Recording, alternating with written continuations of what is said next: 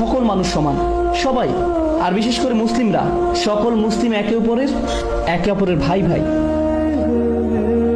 সকল মানুষ সমান, সবাই। হোটেলে আসার পর একজন এসে বলল, স্যার আপনার সাথে কি একটু ছবি তুলতে পারি?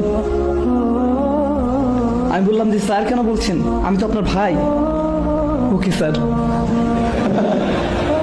স্যার ভাই, আমি কি আপনার সাথে একটু ছবি তুলতে পারি?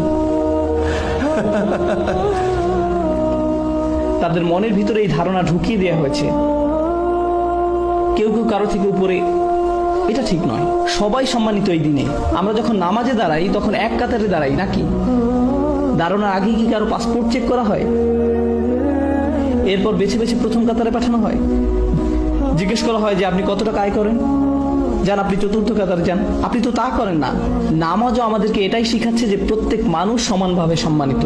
আর এটা শুধু এই সমাজের সমস্যা নয়,